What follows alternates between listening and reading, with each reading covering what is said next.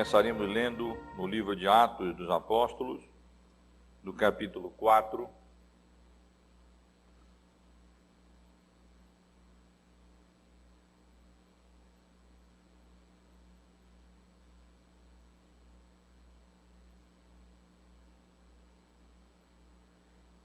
Leremos apenas os versos 11 e 12.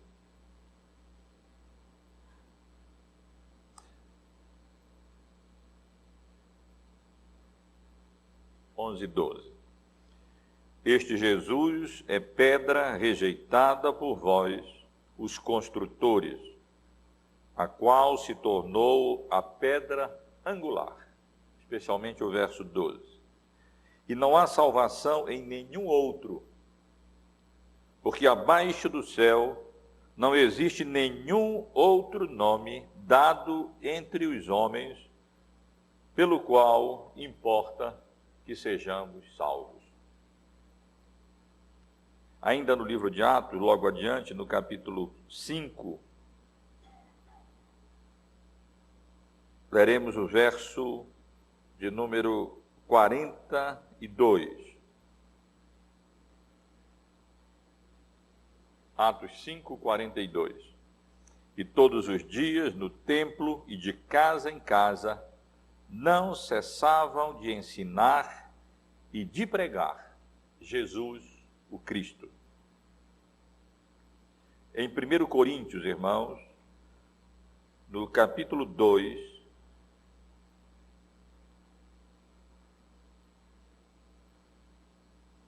no versículo 2. Vamos ler o verso primeiro também, só para pegarmos a sequência do pensamento. Eu, irmãos, quando fui ter convosco, anunciando-vos o testemunho de Deus, não o fiz com ostentação de linguagem ou de sabedoria, porque decidi nada saber entre vós, senão a Jesus Cristo e este crucificado.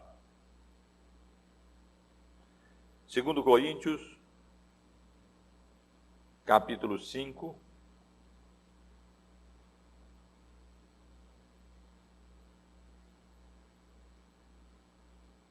verso 21.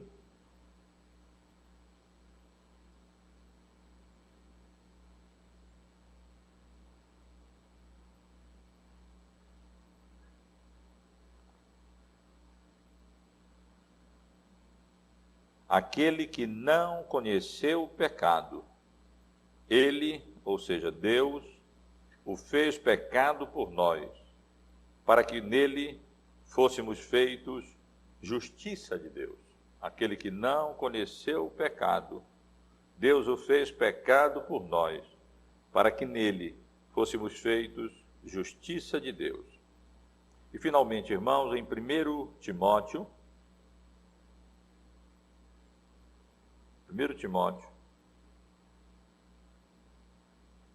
no capítulo 2,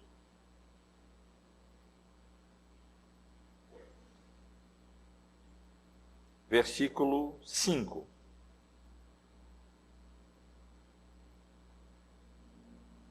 Vamos ler desde o versículo 3. Isto é bom e aceitável diante de Deus, nosso Salvador, o qual deseja que todos os homens sejam salvos e cheguem ao pleno conhecimento da verdade. Porque há um só Deus e um só mediador entre Deus e os homens, Cristo Jesus, homem, o qual a si mesmo se deu em resgate por todos, testemunho que se deve prestar em tempos oportunos. Para isto fui designado pregador e apóstolo. Afirmo verdade, não minto, mestre dos gentios na fé e na verdade. Porque há um só Deus e um só mediador entre Deus e os homens, Cristo Jesus, homem. Irmãos, eu quero dar continuidade ao estudo que nós estamos realizando, começamos algumas semanas atrás, sobre evangelismo por uma perspectiva bíblica e não podia deixar de ser, dentro da nossa própria tradição, por uma perspectiva reformada. Temos já estudado alguns temas relacionados ao assunto. Consideramos já alguns termos utilizados para o evangelismo, termos bíblicos. Procuramos definir evangelismo com base naquilo que a Bíblia nos ensina, especialmente com base na utilização dos termos no Novo Testamento. Tratamos também de quais devem ser as nossas motivações, os nossos objetivos, os nossos propósitos para nos envolvermos com a obra de evangelização. E então, nós começamos a considerar qual deve ser o conteúdo da mensagem evangelística. Já que evangelismo deve ser definido, não em termos de uma metodologia ou dos seus resultados, mas em termos do seu conteúdo e do seu propósito, é extremamente importante que nós tenhamos clareza acerca de qual deve ser o conteúdo da mensagem evangelística. E nos 2 domingos anteriores nós estivemos aqui tratando desse assunto. E sugeri aos irmãos que o evangelismo é, em primeiro lugar, especialmente em determinadas circunstâncias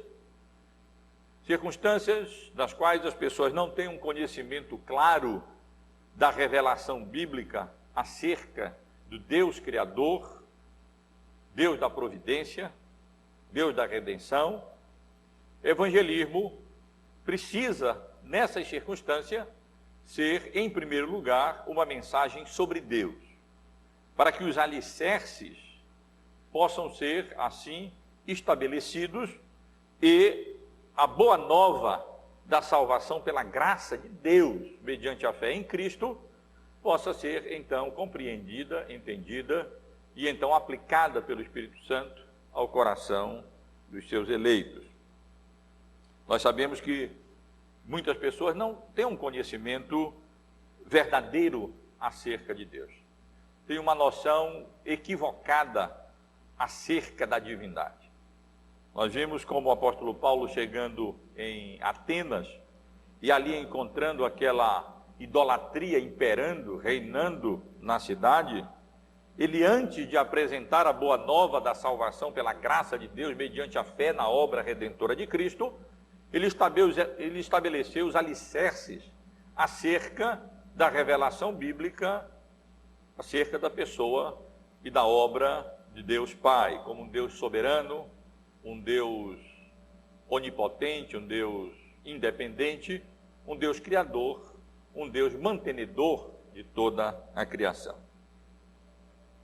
Mas, no domingo passado, vimos que a mensagem evangelística precisa ser não apenas uma mensagem sobre Deus, mas também, necessariamente, uma mensagem sobre o homem. A mensagem sobre o homem não é exatamente a boa nova da evangelização, mas a mensagem bíblica sobre o homem é que dá sentido à boa nova a respeito da salvação pela graça de Deus mediante a fé. E vimos aqui no domingo passado que o homem precisa conhecer que ele é um ser criado e dependente de Deus. Ele não é fruto da evolução cega da natureza, mas ele é obra do seu Criador, do Deus onipotente, que determinou criar para o louvor da sua glória. Vimos que o homem é não apenas um ser criado e dependente de Deus, mas é também um homem caído e culpado, e ele precisa saber disso, para que a boa nova da salvação faça sentido. Ele precisa compreender e reconhecer que ele caiu em Adão, e que, em consequência da queda, ele se encontra não como um ser inocente diante de Deus, que merece a salvação, mas que ele se encontra diante de Deus como um ser culpado. e que merece apenas a condenação e a morte eterna como consequência da queda e da sua própria pecaminosidade.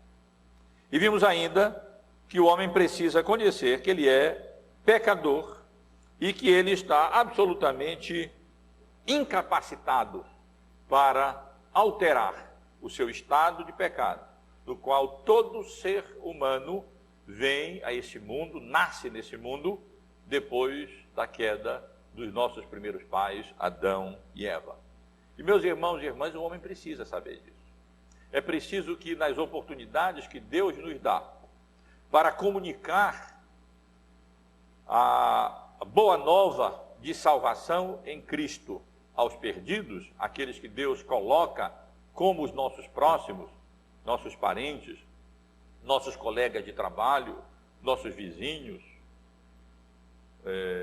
colegas de estudo, enfim, as pessoas que Deus coloca na sua providência soberana ao redor de nós, eles precisam compreender, reconhecer, mediante o ensino da palavra de Deus, a comunicação da revelação de Deus e a ação do Espírito Santo, que eles não são as pessoas boazinhas que eles pensam que são, mas que eles são pecadores. Precisam entender, como nós lemos em Romanos, no capítulo 3, que não há justo, nem sequer um, que não há quem entenda, não há quem busque a Deus, que todos se extraviaram e a uma se fizeram inúteis, não há quem faça o bem, não há nenhum sequer. Precisam saber que não há temor de Deus diante dos seus olhos, e precisam reconhecer que tudo que a lei de Deus revela aos que vivem debaixo da lei, ela revela para que se cale toda a boca e todo mundo se reconheça culpável perante Deus. E o ser humano precisa saber disso, porque se ele não se reconhece como um pecador culpado diante de Deus, ele não poderá admirar ou reconhecer que ele precisa de salvação. O Senhor Jesus mesmo disse que ele não veio para salvar aos sãos, aos sadios, porque esses não acham que precisam de médico, mas ele veio exatamente para salvar aqueles que se reconhecem enfermos, doentes, pecadores, transgressores da lei de Deus, culpados diante do Senhor. Mas, meus irmãos e irmãs, evidentemente que o Evangelho não é apenas uma notícia ou uma mensagem acerca de Deus e acerca do homem. Esses são preliminares para que a mensagem de salvação seja oferecida aos pecadores. E, portanto, o evangelismo é não apenas uma mensagem sobre Deus e uma mensagem sobre o homem, mas é principalmente uma mensagem sobre Cristo, uma mensagem sobre o Senhor Jesus. O evangelismo é a comunicação de uma boa nova, de uma boa notícia para homens pecadores, que foram criados pelo Deus Todo-Poderoso, mas que pela sua própria desobediência caíram daquele estado de graça no qual foram criados e se encontram agora no estado terrível de corrupção, de pecado e de culpa, e que não podem fazer absolutamente nada para por si próprios alterar essa terrível condição em que se encontram como resultado da queda, como consequência do pecado. E a grande boa nova do Evangelho, a grande notícia que nós precisamos comunicar ao homem pecador, é que Deus enviou o seu Filho, nascido de mulher, nascido sobre a lei, para morrer em nosso lugar na cruz do Calvário, para que todo aquele que nele creia, para que todo aquele que nele deposite a sua confiança, não pereça, não se estrague, não desperdice a sua existência, mas alcance a vida eterna. Essa é a mensagem central e principal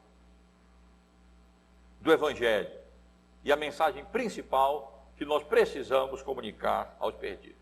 Como eu disse antes, nesse pano de fundo de um Deus criador, de um homem como sendo um ser criado, como sendo um ser dependente de Deus, como sendo, mas também um ser culpado, pecaminoso, e que não pode por si próprio mudar a sua cor e muito menos alterar o seu estado de pecaminosidade. E exatamente por isso é que o Evangelho consiste na boa nova de que Deus proporcionou uma maneira. Deus, na sua soberana graça, concebeu um modo. Ele inventou uma maneira através da qual pecadores culpados pudessem ser redimidos, pudessem ser inocentados, pudessem ser salvos, sem que Deus violasse o seu atributo da justiça, através da vinda do seu Filho a esse mundo, da encarnação, do nascimento,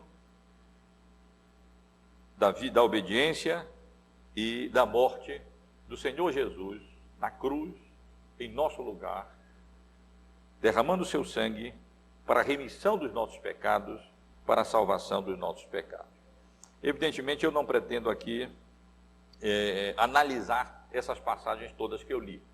Não é nosso propósito, eu sempre ressalto isso, para que ninguém que porventura aqui chegue, imagine que nós estejamos sempre usando textos como pretexto. Não, essas passagens bíblicas são mencionadas porque elas estão direta ou indiretamente relacionadas ao assunto. E estamos aqui considerando um tema, portanto, é o tema do evangelismo. E nesse momento, esse conteúdo essencial da evangelização, que é anunciar a Cristo Jesus, a sua pessoa, a sua obra e o seu triunfo na cruz do Calvário. Que Cristo é o conteúdo essencial da mensagem evangelística é evidente por um sem número de passagens bíblicas, meus irmãos e irmãs. Na realidade, nós quase que teríamos que ler a Bíblia toda se fôssemos mencionar as passagens que direta ou indiretamente apontam para o Senhor Jesus Cristo, que se referem à boa nova de salvação pelo Senhor Jesus. O Senhor Jesus já era prefigurado no Antigo Testamento. O Antigo Testamento todo focaliza Cristo de maneira prefigurativa, aponta para o Senhor Jesus. Aprendemos no Novo Testamento, acerca do Antigo Testamento, que a lei deve ser encarada como um aio, como um pedagogo, como um instrutor, um guia para conduzir as pessoas a Cristo. E na realidade, todas aquelas instituições, todas aquelas cerimônias no Antigo Testamento, todos aqueles objetos, aquelas pessoas históricas, aqueles personagens históricos no Antigo Testamento, tudo aquilo revela, apresenta, focaliza e aponta para Cristo Jesus, o nosso Salvador. Quando as pessoas no Antigo Testamento estavam ali realizando aquelas cerimônias e utilizando-se daqueles objetos vários, sagrados, relacionados ao templo, e quando nós consideramos a vida de várias daquelas personalidades no Antigo Testamento, como Josué, como Moisés, como o próprio Adão, como Davi, como Salomão, como os reis de Israel de modo geral. Todas essas coisas no Antigo Testamento, elas focalizam e apontam para o Filho de Deus, para o Senhor Jesus Cristo.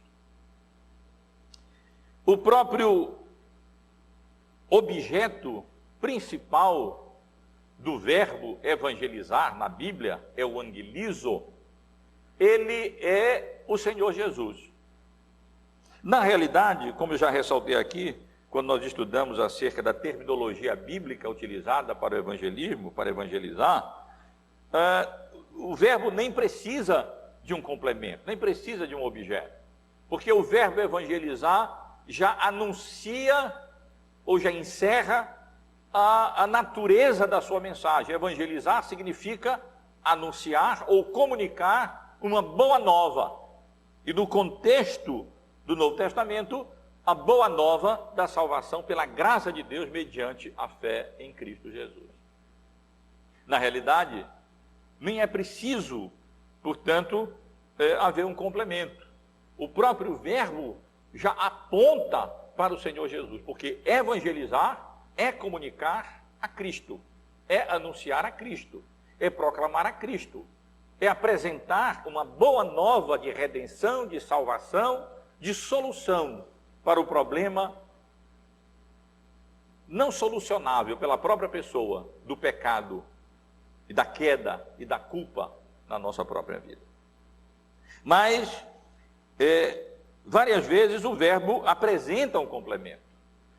E o principal complemento, o principal objeto do verbo evangelizar é Cristo.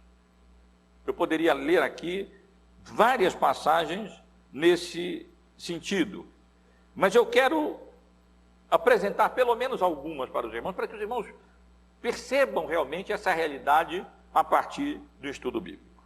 Observem, em Atos, os irmãos podem abrir a Bíblia, eu me limitei apenas a algumas poucas passagens no livro de Atos e apenas uma em Gálatas, que é o livro que estamos estudando à noite. Mas o Novo Testamento está cheio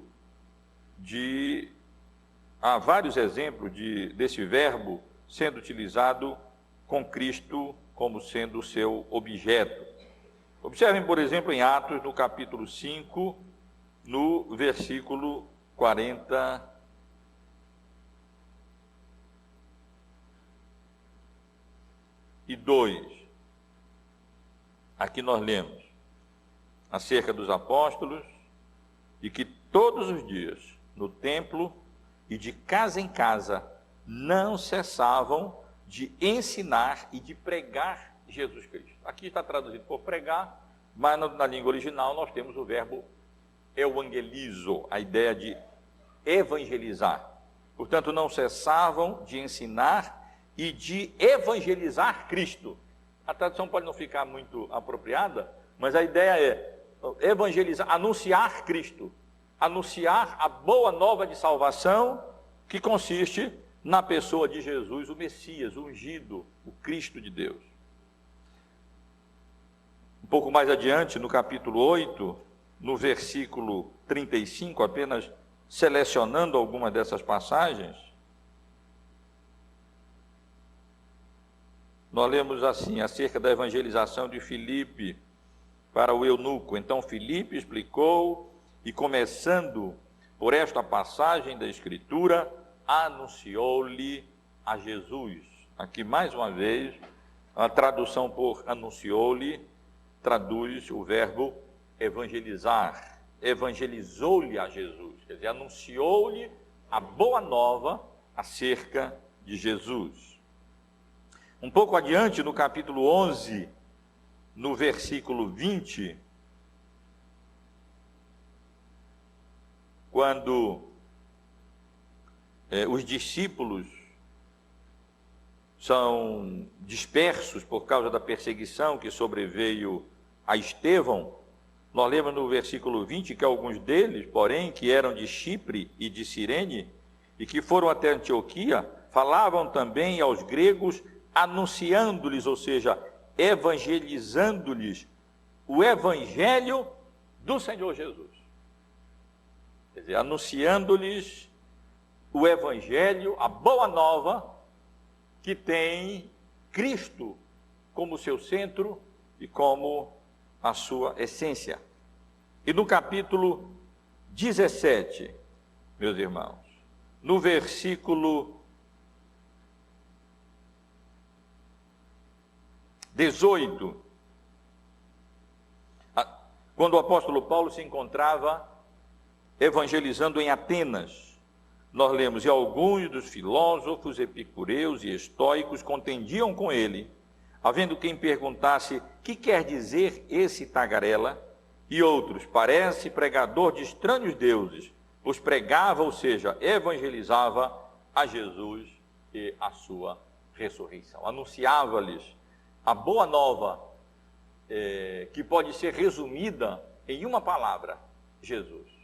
E se for mais explicada, também incluindo a ressurreição do Senhor Jesus Cristo. E em Atos, apenas para nos limitarmos a algumas poucas passagens, logo no capítulo 1, no versículo 16, uma passagem que estaremos estudando hoje à noite, se Deus permitir, a partir do versículo 13, no verso 16, mas eu preciso ler a partir do verso 15 também, nós lemos: quando porém, ao que me separou antes de eu nascer, e me chamou pela sua graça, aprouve revelar seu Filho em mim, para que eu o pregasse. Então, não consultei carne e sangue. Quer dizer, eu o pregasse. Pregasse a quem? Pregasse ao Filho de Deus, que aprouve a Deus revelar Cristo a ele. Mais uma vez, nós encontramos aqui, esse pregar-se é evangelizar, no texto original, aqui comunicando aquilo que para nós é até óbvio, que o conteúdo da evangelização é Cristo Jesus, que no caso do apóstolo Paulo, foi revelado de maneira extraordinária, naquela visão que ele teve a caminho da estrada de Damasco. E era isso que o apóstolo Paulo fazia, anunciando a Cristo, pregando ao Senhor Jesus. Apenas ainda demonstrando com a maior evidência possível, meus irmãos, que Cristo é a mensagem principal do evangelismo, os irmãos podem perceber isso em várias pregações que nós encontramos no livro de Atos dos Apóstolos. Nós passamos quase 2 anos estudando o livro de Atos. E, na realidade, seria até possível escrever, não apenas um artigo, mas um livro sobre evangelismo no livro de Atos. É interessante observar, entre outras coisas, o conteúdo do evangelismo nas várias mensagens que nós encontramos no livro de Atos dos Apóstolos. E se os irmãos forem apenas observar o que nós encontramos no livro de Atos, os irmãos perceberão claramente que seja o apóstolo Pedro pregando, em quem Lucas se concentra na primeira parte do seu livro, especialmente nos 10 primeiros capítulos, 12, seja o apóstolo Paulo, em quem Lucas se concentra na segunda parte do seu livro. Quando eles pregavam, quando eles estavam realizando essa tarefa de anunciar o Evangelho, de comunicar o Evangelho, não faltava na mensagem deles pregar Cristo, como eu disse antes, sua pessoa, sua obra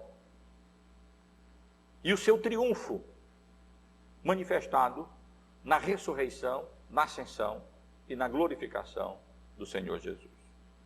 Eu selecionei alguns exemplos, embora o nosso estudo de hoje possa ficar um pouco cansativo, quando a gente tem que considerar assim e verificar várias passagens bíblicas, mas entendo que é fundamental que os irmãos percebam em que circunstâncias, em que contexto, como Cristo é anunciado em várias ocasiões, em várias mensagens no livro de Atos dos Apóstolos.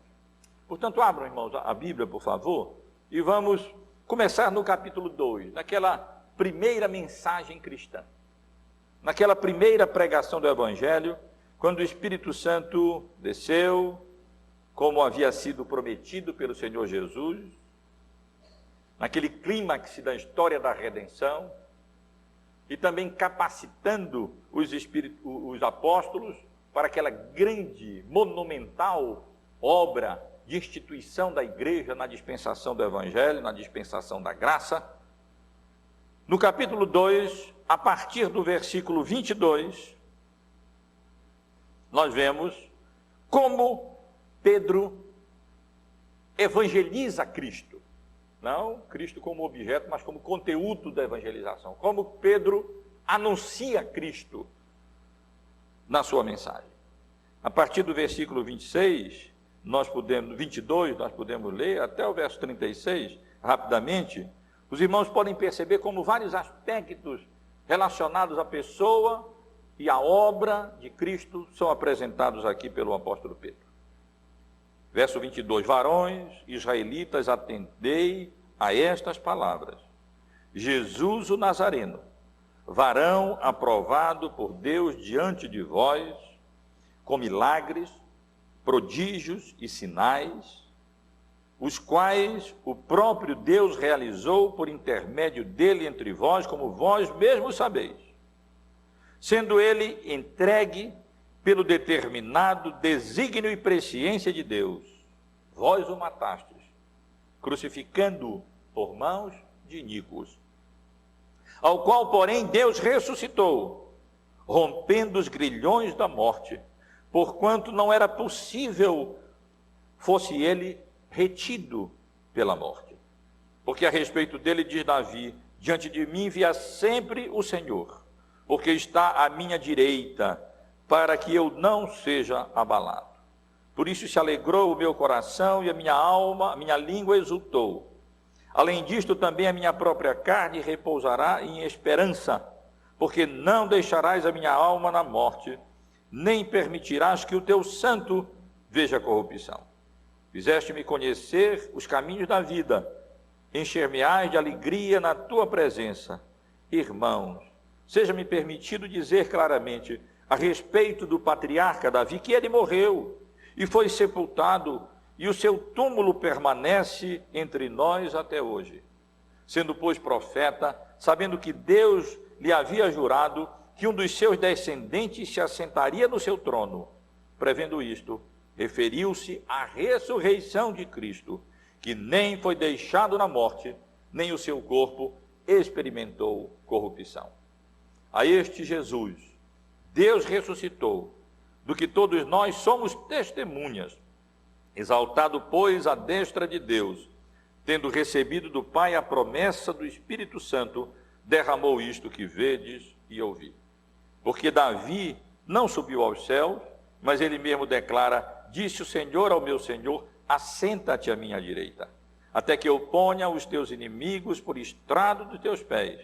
Esteja absolutamente certa, pois, toda a casa de Israel, de que a este Jesus, que vós crucificastes, Deus o fez Senhor e Cristo. E dessa passagem, os irmãos podem perceber como o apóstolo Pedro explica aquele acontecimento do derramamento do Espírito Santo com os seus fenômenos que seguiram o derramamento do Espírito e o cumprimento da promessa do Pai no Antigo Testamento, apresentando o Senhor Jesus e ressaltando aspectos importantes acerca da sua pessoa e da sua morte, da sua crucificação, do seu triunfo sobre a morte, que não pôde retê-lo, e demonstrando que o próprio Davi, nas passagens citadas, não se referia exclusivamente a si próprio, mas se referia ao próprio Senhor Jesus Cristo, que morreu, mas a morte não pôde retê-lo. Ele ressuscitou.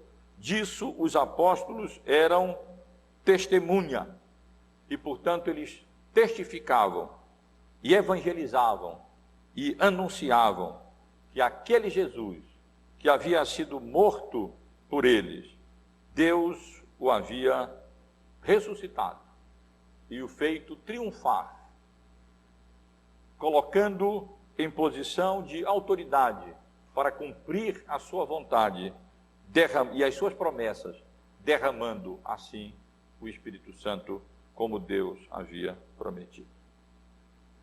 É um caso à parte essa mensagem? Não, meus irmãos, não é. Na mensagem seguinte, que nós encontramos no livro de Atos, ainda pelo apóstolo Pedro, no capítulo 3 desse livro, a partir do versículo 13 até o versículo 18, e depois nos versos 20 até o 22 ao 23, novamente o apóstolo Pedro focaliza e ressalta a pessoa e a obra do Senhor Jesus. No versículo 13, capítulo 3, versículo 13, nós lemos: o Deus de Abraão, de Isaque e de Jacó, o Deus de nossos pais, glorificou o seu servo Jesus, a quem vós traístes e negastes perante Pilatos, quando este havia decidido soltá-lo. Vós, porém, negastes o santo e o justo, e pedistes que vos concedessem um homicida.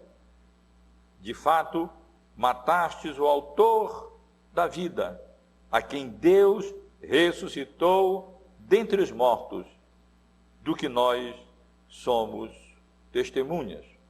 E agora, irmãos, eu sei que o fizestes por ignorância, como também as vossas autoridades, mas Deus assim cumpriu o que dantes anunciara por boca de todos os profetas, que o seu Cristo havia de padecer.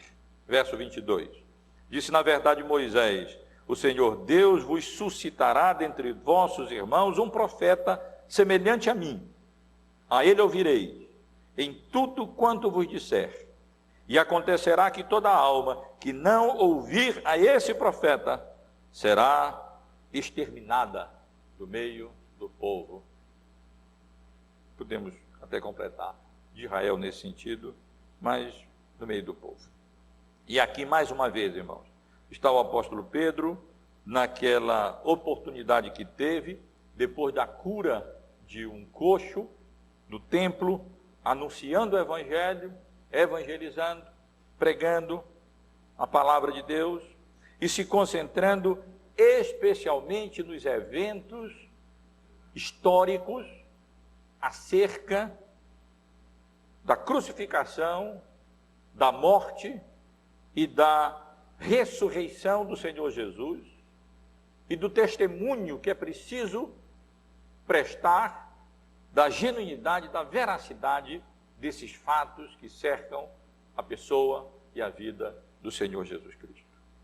E aqui, além de anunciar um aspecto sacerdotal da obra de Cristo, quando ele foi morto, entregando-se a si próprio em nosso lugar na cruz do Calvário, Pedro ressalta o ofício profético do Senhor Jesus, dizendo que ele é o grande profeta anunciado no Antigo Testamento, e que precisa ser ouvido, e que aqueles que não derem ouvidos a esse profeta morrerão, serão exterminados.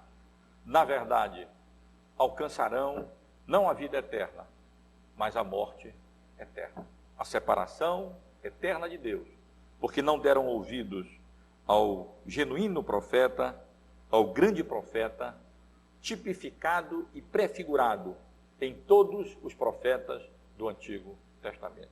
Porque ele revelou a Deus como ninguém, porque ele mesmo era a imagem do Deus invisível. E quem via a ele, via ao Pai. E, portanto, aqui esteve o Senhor Jesus nesse mundo, pregando, anunciando e com a sua própria pessoa, revelando a Cristo, a Deus, como nenhum profeta do Antigo Testamento pôde fazer.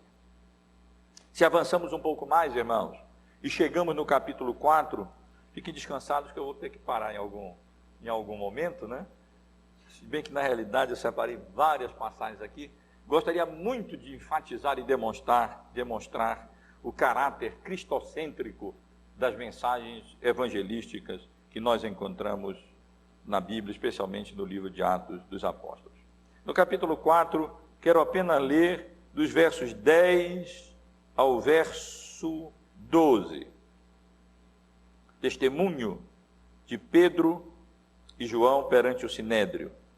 Tomai conhecimento, verso 10, tomai conhecimento vós todos e todo o povo de Israel, de que em nome de Jesus Cristo, o Nazareno, a quem vós crucificastes, e a quem Deus ressuscitou dentre os mortos, sim, em seu nome é que este homem está curado perante vós.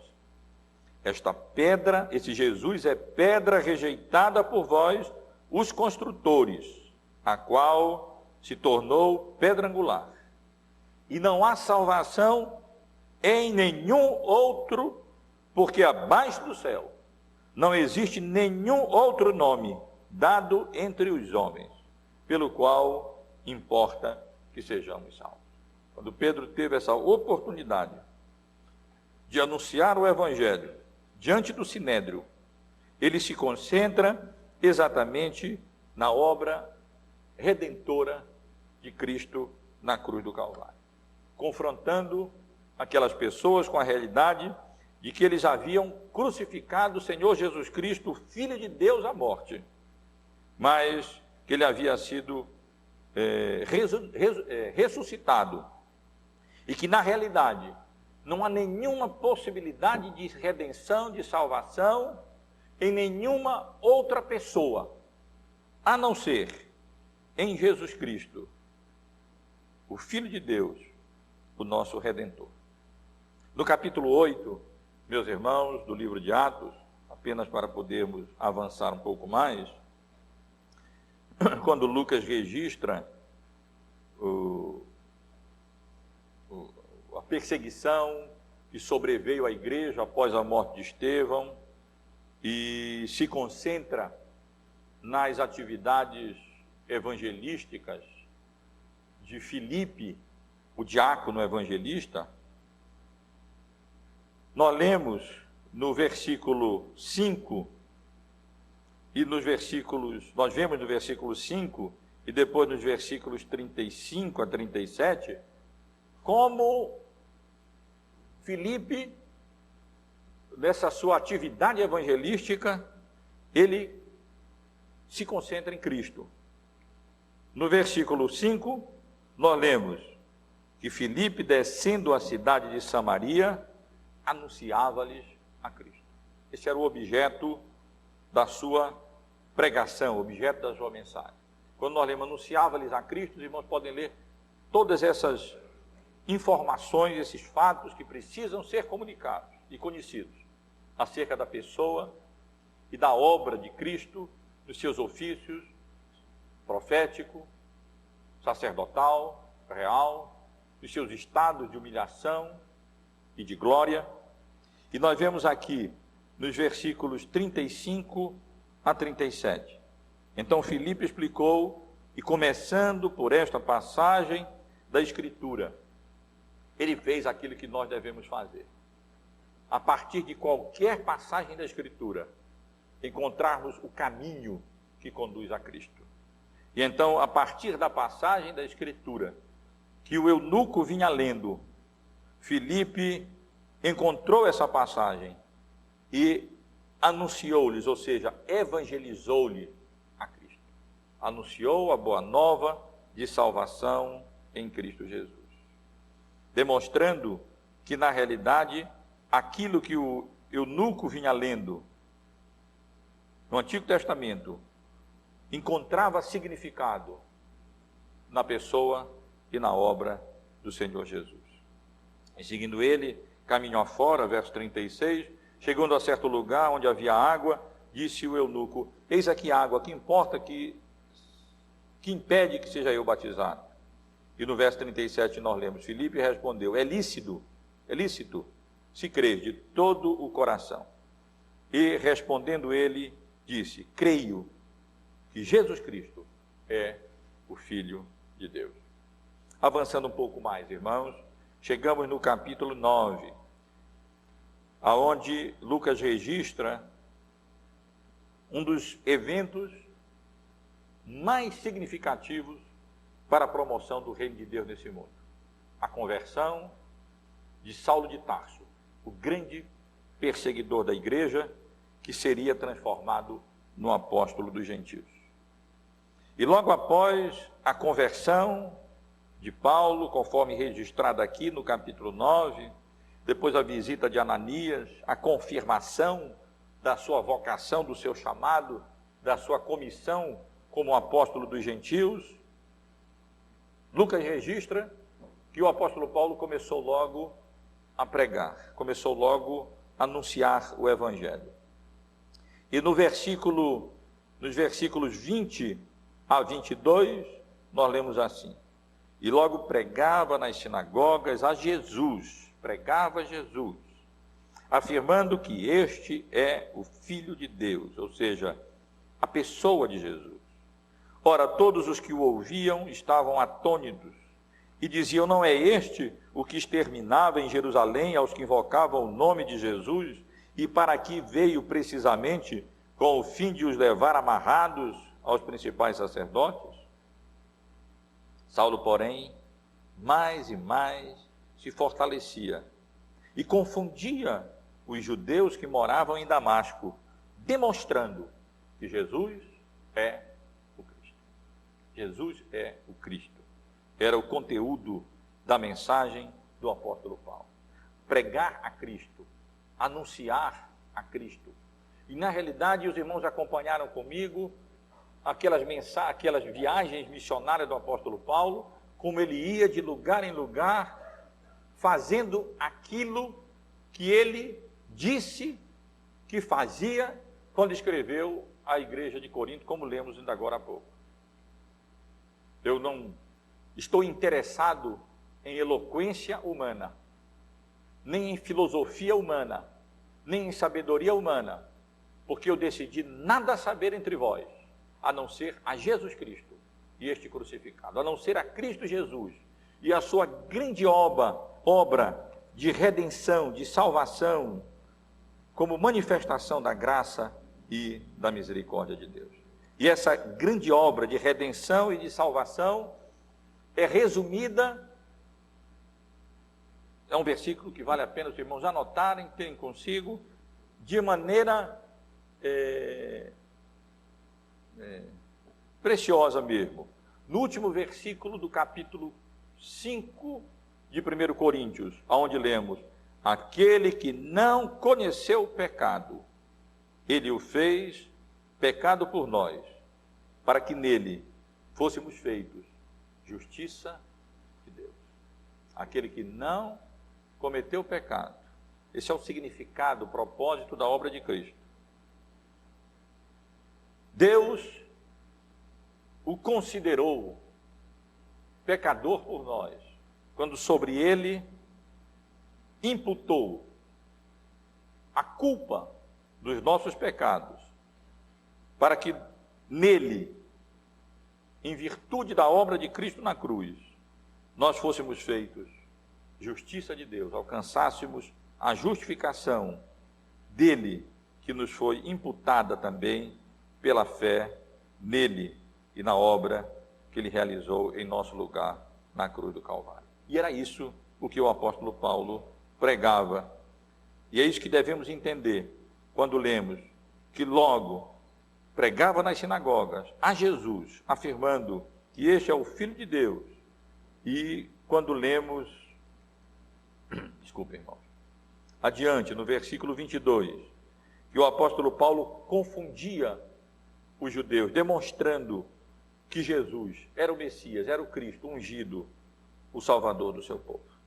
E se avançarmos um pouco mais, vale a pena, irmãos, no capítulo 10, e à medida que nós vemos os apóstolos evangelizando, anunciando a Cristo, a maneira como eles fazem, nós também vamos aprendendo como nós podemos fazer, como nós devemos fazer, como nós podemos utilizar as escrituras, as dúvidas das pessoas, para dar testemunho, a própria pecaminosidade das pessoas, do povo, para confrontá-los com seus pecados e apresentar a Cristo como Filho de Deus, como o Salvador do mundo. E aqui no capítulo 10, na passagem conhecida, quando de maneira tão providencial e graciosa, Deus conduz todos os acontecimentos para a salvação de Cornélio, aquele prosélito do judaísmo, juntamente com a sua casa, como Deus conduziu o apóstolo Pedro para anunciar o evangelho àquele homem, para que eles pudessem ser salvos. Nós vemos, irmãos, a partir do versículo do capítulo 10, aqui no versículo 36, como Pedro concentra, focaliza a sua mensagem evangelística em Cristo Jesus. Podemos ler desde o verso 36 até o versículo 43. Esta é a palavra de Deus, a palavra que Deus enviou aos filhos de Israel, anunciando-lhes o evangelho da paz por meio de Jesus Cristo. Este é o Senhor de todos. Vós conheceis a palavra que se divulgou por toda a Judéia, tendo começado desde a Galiléia, depois do batismo de João, de batismo que João pregou, como Deus ungiu a Jesus de Nazaré com o Espírito Santo e poder, o qual andou por toda parte fazendo o bem e curando a todos os oprimidos do diabo, porque Deus era com ele. E nós somos testemunhas de tudo que ele fez na terra dos judeus e em Jerusalém, ao qual também tiraram a vida, pendurando-o no madeiro. A este Jesus, Deus no terceiro dia, a este ressuscitou Deus no terceiro dia e concedeu que fosse manifesto, não a todo o povo, mas às testemunhas que foram anteriormente escolhidas por Deus, isto é, a nós que comemos e bebemos com ele, depois que ressurgiu dentre os mortos, e nos mandou pregar ao povo e testemunhar que ele é quem foi constituído por Deus juiz de vivos e de mortos.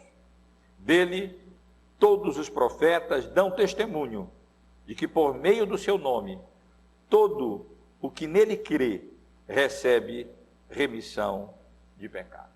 E aqui vemos mais uma vez, irmão, o apóstolo Pedro anunciando o evangelho, comunicando o evangelho e se concentrando na pessoa bendita e graciosa do nosso Salvador, que havia sido morto na cruz do Calvário, pendurado no madeiro, mas a quem Deus ressuscitou e concedeu que fosse manifesto aqueles que ele tinha escolhido para serem testemunhas da obra redentora de Cristo na cruz do Calvário, e anunciando que todo aquele que nele crê recebe o perdão, recebe a remissão dos pecados.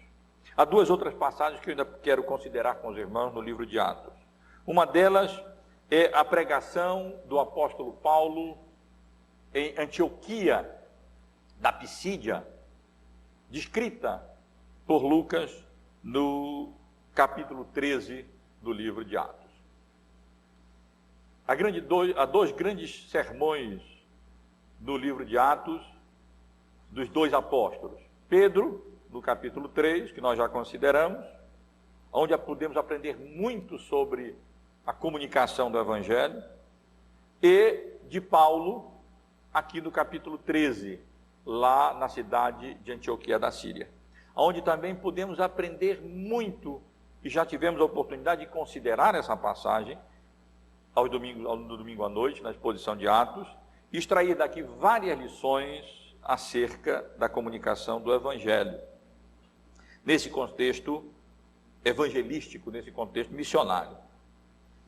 E aqui, meus irmãos, nesse anúncio do apóstolo Paulo, lá do Evangelho, lá na cidade de Antioquia da Pisídia, a partir do versículo 23, nós vemos como ele focaliza e como ele apresenta a Cristo, o nosso Salvador. A partir do verso 23, podemos ler, irmãos, até o verso 39, como o apóstolo Paulo apresenta a Cristo ali. Lemos assim: da descendência deste, conforme a promessa, trouxe Deus a Israel o Salvador, que é Jesus. Havendo João primeiro pregado a todo o povo de Israel, antes da manifestação dele, batismo de arrependimento. Mas ao completar João a sua carreira, disse: não sou quem supondes, mas após mim vem aquele de cujos pés não sou digno de desatar as sandálias. Irmãos, descendência de Abraão, e vós outros os que temeis a Deus, a nós vos foi enviada a palavra desta salvação. Pois os que habitam em Jerusalém e as suas autoridades, não conhecendo a Jesus, nem os ensinos dos profetas que se leem todos os sábados, quando o condenaram, cumpriram as profecias.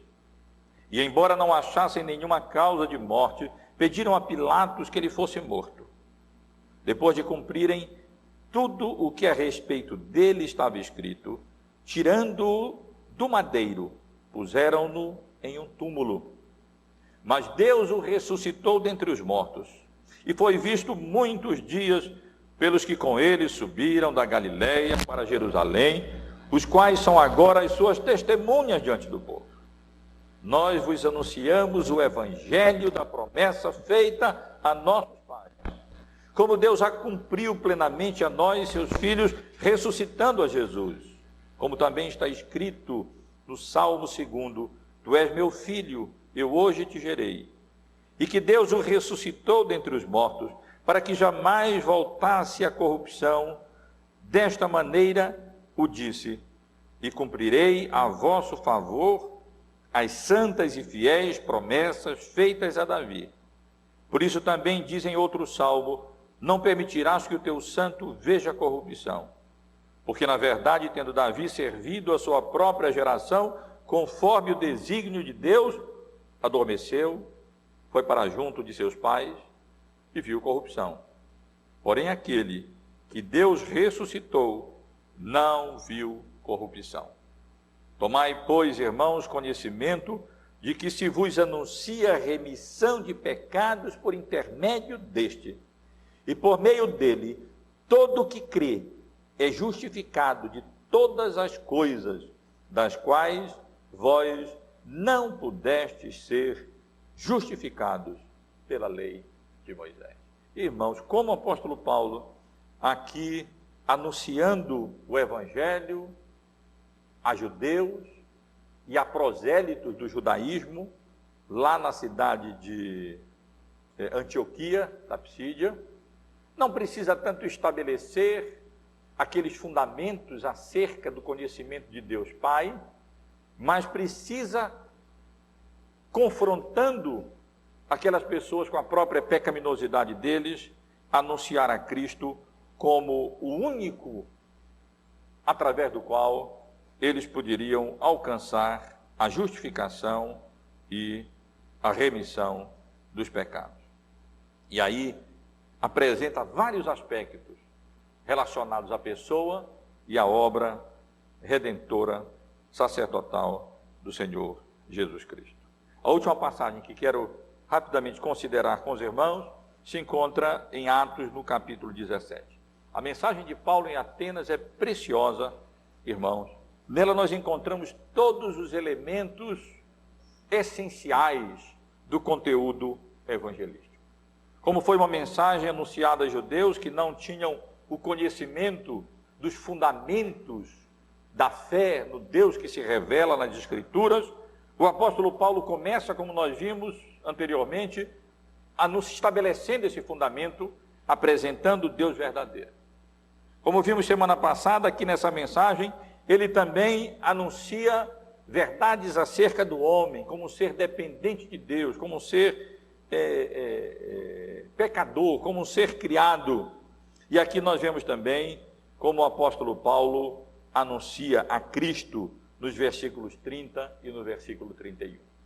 Infelizmente ele foi impedido de continuar a desenvolver o seu tema, porque as pessoas ali que estavam ouvindo não estavam interessadas na morte de um carpinteiro na cruz do Calvário, como sendo instrumento para a remissão de pecados e salvação daqueles que se encontram mortos nos seus delitos e pecados.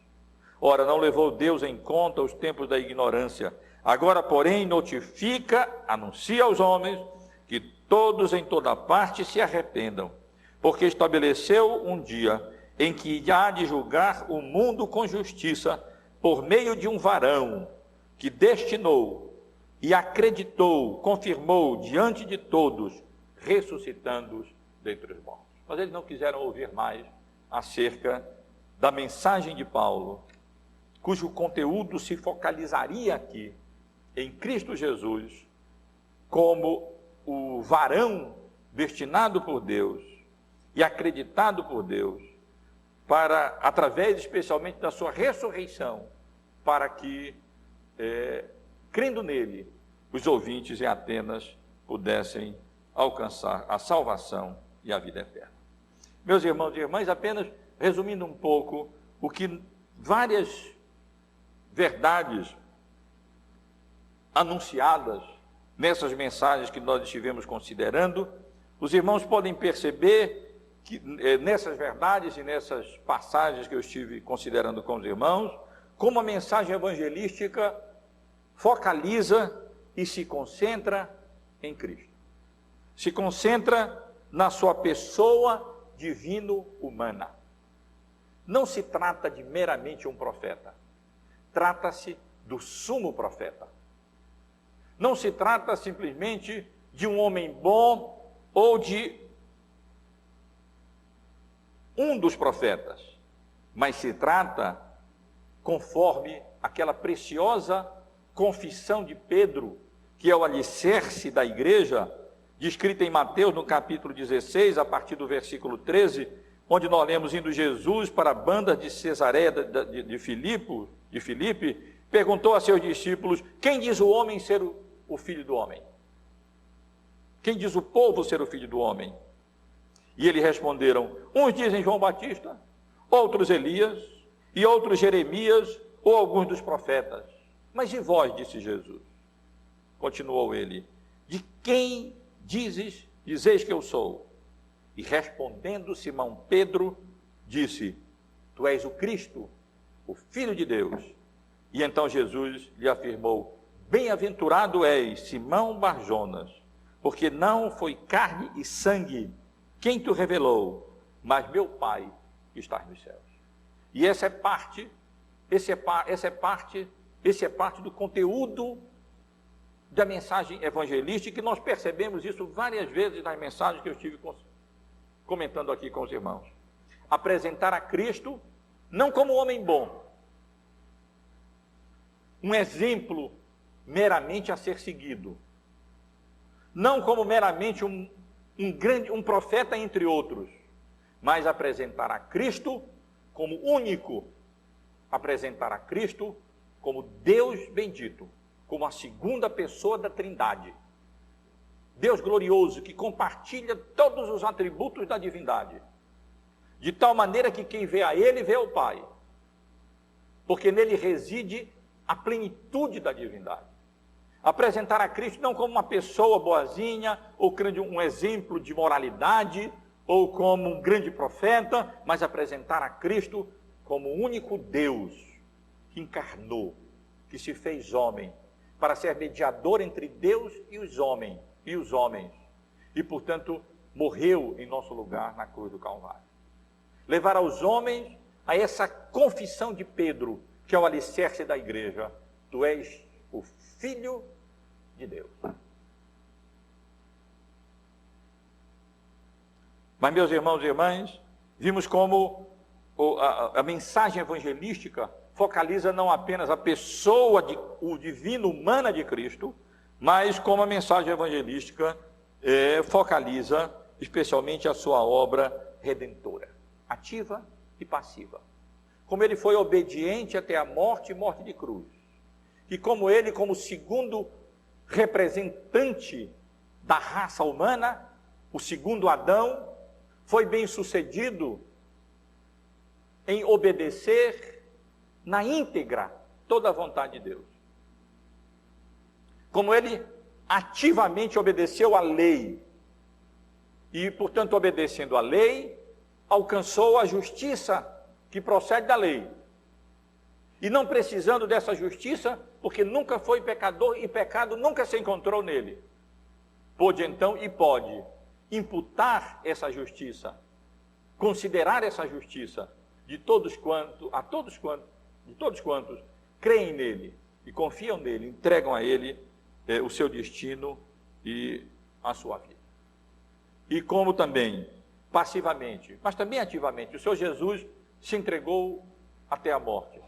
E sendo obediente, não apenas em vida, mas sendo obediente até a morte de cruz e cruz do Calvário. E ali quitando o nosso débito, pagando a nossa culpa, nos redime dos nossos pecados. A morte expiatória, meus irmãos, de Cristo na cruz do Calvário, como nós vimos, era o centro da pregação do apóstolo Paulo. Porque eu decidi nada saber entre vós, senão a Jesus Cristo e este crucificado e as implicações da obra expiatória, salvadora, redentora de Cristo na cruz, quando Deus, como lemos em 2 Coríntios, no capítulo 5, no versículo 21, naquele precioso resumo da obra expiatória de Cristo, aquele que não conheceu o pecado, Deus o fez pecado por nós, para que nele fôssemos feitos justiça de Deus. E vemos também, irmãos, na consideração dessas passagens bíblicas, como quase que de maneira infalível, os apóstolos se concentravam não apenas na pessoa de Cristo, na sua obra redentora na cruz do Calvário, mas como eles procuravam demonstrar o triunfo de Cristo, a vitória de Cristo.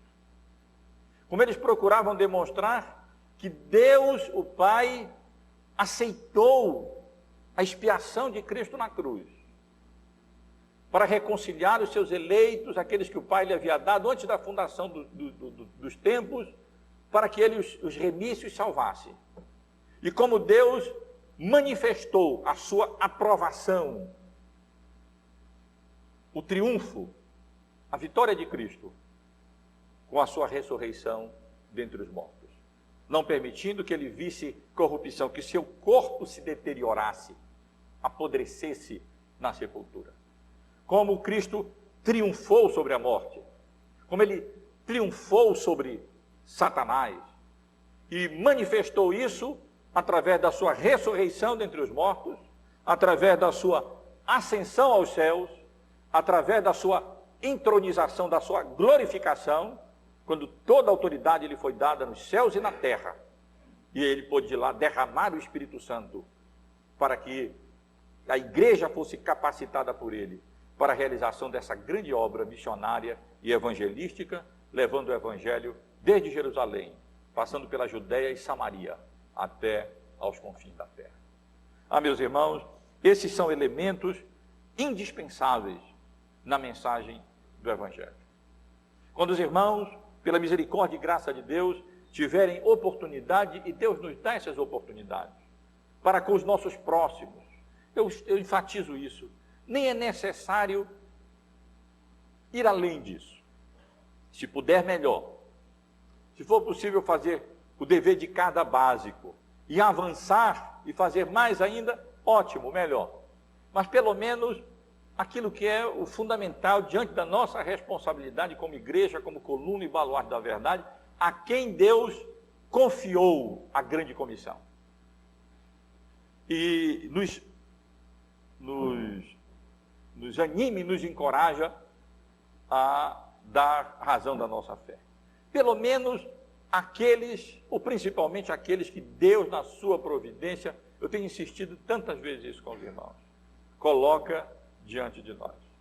Ainda ontem à noite tivemos a oportunidade de, lendo o livrinho do reverendo Francisco Leonardo, Confissões de um Peregrino, como ele, de maneira tão sábia, própria da sua sabedoria, da sua capacidade, da sua piedade, ele nos lembra desse nosso dever para com aqueles que são nossos colegas de trabalho, nossos colegas de estudo, ou seja, para com aqueles que Deus, na sua providência, colocou como nosso próximo, a quem nós devemos fazer o bem, e esse bem maior, ser instrumento da graça de Deus para a salvação da alma dele. E nesse nosso dever de orar por eles, e nas oportunidades que Deus nos der, comunicar a eles o Evangelho. Nessas oportunidades, nós devemos, aqueles que não conhecem, levar o conhecimento do Deus verdadeiro. Eles precisam saber que são pecadores, culpados, que estão debaixo da ira de Deus, e que não podem fazer nada, mas que há uma boa nova, uma boa notícia. Deus não nos deixou nesse estado. Ele enviou seu Filho, para que não pudesse obedecer à lei, morrer na cruz, e assim nos redimir dos nossos pecados e nos salvar desse mundo tenebroso, lançado debaixo do poder e da autoridade do maligno, e nos resgatar para o reino do Filho do seu amor. E nessa oportunidade nós precisamos deixar claro, Jesus não é mero profeta, Jesus é o único Deus divino, Deus mesmo, que veio a esse mundo encarnado, e só nele há salvação. Devemos enfatizar a sua obra expiatória, redentora de Cristo, derramando o seu sangue e morrendo em nosso lugar na cruz. E devemos enfatizar, como nós vemos ser enfatizado, o triunfo, a vitória de Jesus, porque a sepultura não pôde retê-lo, a morte não pôde se apoderar dele. E Deus demonstra assim, evidencia assim a sua aceitação da expiação de Cristo, do sangue de Cristo, como um pagamento suficiente por todos os nossos pecados, ressuscitando dentre os mortos, ascendendo aos céus e colocando naquela posição de triunfo como Deus, homem, com toda a autoridade sobre os céus e sobre a terra, para a realização da vontade do Pai. Mas ainda, irmãos, só para terminar, no nosso contexto tão idólatra, em que outros caminhos, pessoas, santos, são apresentados como mediadores entre Deus e os homens, nós não podemos deixar de lembrar duas passagens bíblicas. Uma delas eu já li, em Atos, no capítulo 4, no versículo 12, na mensagem de Pedro, quando é enfatizado, como nós precisamos enfatizar também nesse nosso contexto, a exclusividade de Cristo e da sua obra. Em Atos, no capítulo 4, no versículo 12, nós lemos: e não há salvação em nenhum outro, porque abaixo do céu não existe nenhuma outra pessoa, nenhum outro nome apontando para a sua pessoa, nenhuma outra pessoa colocada entre os homens, pelo qual é possível que qualquer pessoa seja salva. É possível que sejamos salvos, importa que sejamos salvos. Isso, no nosso contexto, as pessoas precisam saber, que não há nenhuma outra pessoa colocada entre os homens, através da qual, ou de cuja obra, alguém possa ser redimido dos seus pecados e possa ser salvo, a não ser o nome glorioso e gracioso do Senhor Jesus. E outra passagem conhecida de todo crente, que se encontra em 1 Timóteo, no capítulo 2, nos versículos 5, podemos ler o 6 também, acerca da exclusividade da obra de Cristo como Salvador, onde lemos: porque há um só Deus e um só mediador entre Deus e os homens, Cristo Jesus, homem. E lembramos aqui, o qual a si mesmo se deu em resgate por todos, toda a raça humana, independentemente de gentil ou judeu, todo tipo de homem. Testemunho que se deve prestar em tempos oportunos. Que Deus nos abençoe, meus irmãos, e quando Deus nos der esses tempos oportunos, nós, pela graça dele, aproveitemos essas oportunidades para anunciar a Cristo como o único mediador entre Deus e os homens, como o único nome através do qual alguém culpado e caído pode ser redimido dos seus pecados.